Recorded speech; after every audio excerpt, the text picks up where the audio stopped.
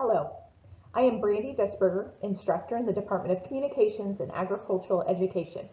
I recently completed my PhD through curriculum and instruction, and my dissertation was focused on following ag teachers through their first 3 years. I'm excited that you're interested about teacher retention, and although today's studies and information is focused on agriculture teachers, it's easy to broaden what we learned to other CTE teachers and teachers in general. So what do you think? When do teachers leave the profession? And why do they leave the profession based on the experiences in your district? Here's what we found. We first conducted a 3-year qualitative longitudinal research project that follows 8 teachers through year 1, 7 completed year 2, and 6 completed year 3 of the study. In addition to that, a 15-year document analysis project was conducted following over 250 ag teachers to learn about when did they leave the profession.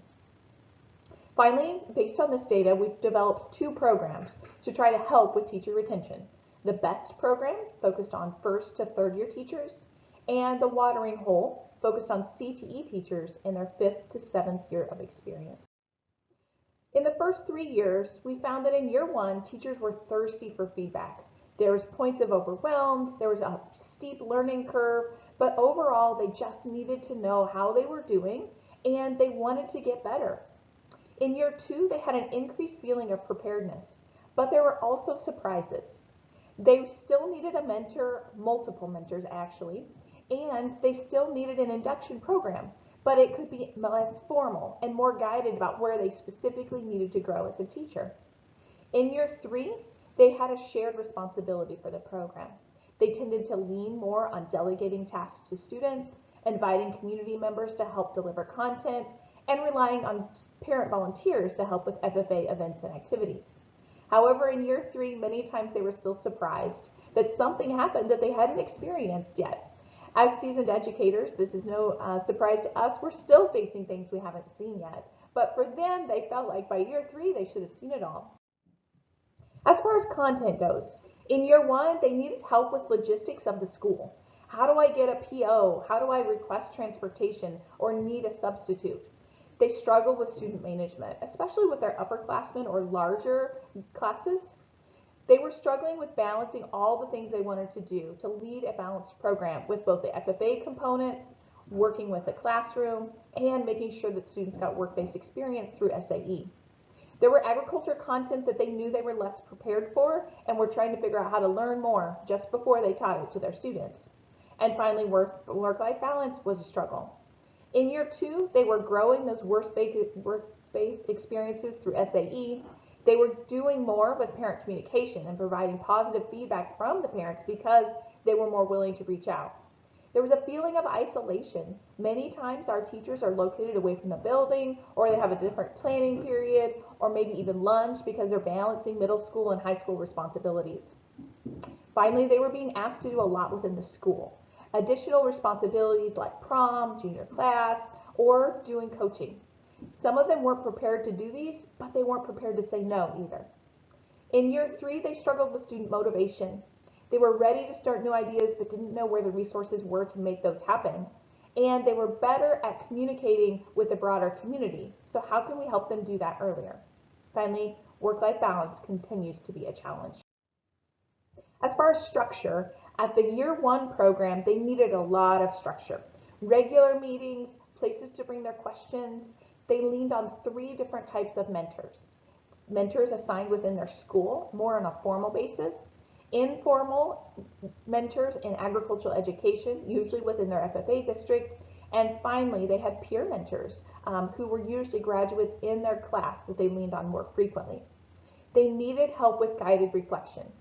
They tended to either see all the positive things they were doing or all the places that they needed to grow, but few of them could really balance looking at both of those at the same time without having someone lead that structure.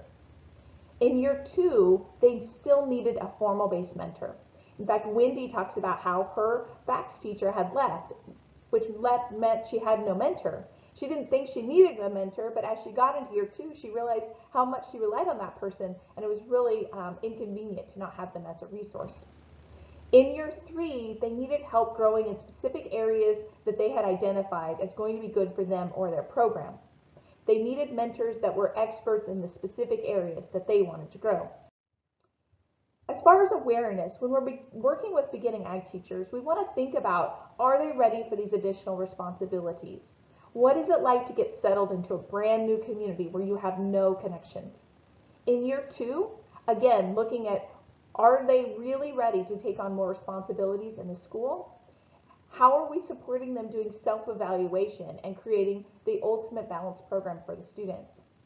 And finally, in year 3, there was a little bit of an identity crisis. They didn't feel like a novice teacher because they had some experiences to rely on, but they weren't sure they were ready to be a mentor yet because they still had so many questions. As we look at the 3 years together, they tended to start each semester very excited and then become challenged.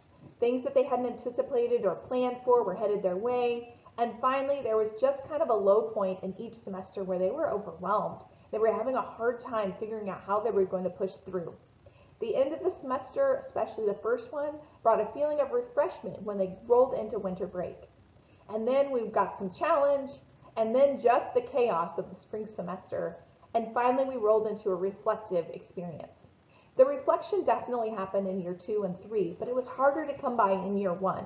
Some of them were just really stuck in chaos for a long time before they could really start thinking about what next year could look like for them. The implications that we need to understand is teachers need support in identifying both what they're doing well and what they're challenged by. Induction programs need to have structure and flexibility. They also need multiple mentors to rely upon. Beginning teachers have highs and lows throughout the year, and we need to be aware so that we can help them prepare for the lows and not ask more of them during those times. Programs that are effective are going to have both face-to-face and virtual connections. They're going to have in-the-moment resources that they can use whenever the time arises, but also provide a different level of feedback than what they're getting right now. The second study was looking at 15 years of new teacher data, and what does it tell us about teacher movement in Kansas? We wanted to know, when are teachers moving out of the ag ed profession? So we looked at data from 2004 to 2018 that included 258 teachers. What we learned was, although we lose a significant number of teachers after year 1 into year 2 and 2 into year 3, we actually lose the most in the transition from 3 to 4. And by year 5, if you calculate everything together, we've lost nearly 50% of our teachers. So what can we do to make this change? We also wondered, does poverty level of the school have an impact, or gender of the teacher? And although there were some changes, they weren't significant. So what we know is we need to support our beginning ag teachers beyond year 1 and consider supporting them all the way through at least year 3 and perhaps year 5.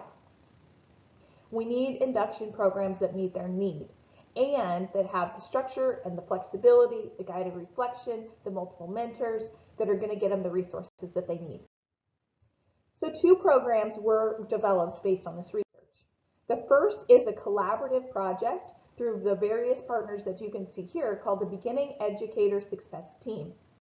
This project is a 12-month project that has touch points, both virtual and in person, throughout. We connect them with mentors. We provide professional development, but most importantly, we're there on a regular basis to answer questions and provide in-the-moment resources to them. The second program is called the CTE Retention Project. It's really focused on those that are in years 5 to 9 and keeping them excited about being in the profession. Although there are monthly virtual meetings, a majority of this is about them creating their own professional development plan and goals and providing PD money that can help them grow in the areas they want to grow. So what do you think? What have your teacher retention experiences be? And in your opinion, what can we do to help stop the loss of teachers in our districts? I'm excited to talk with you more on this topic.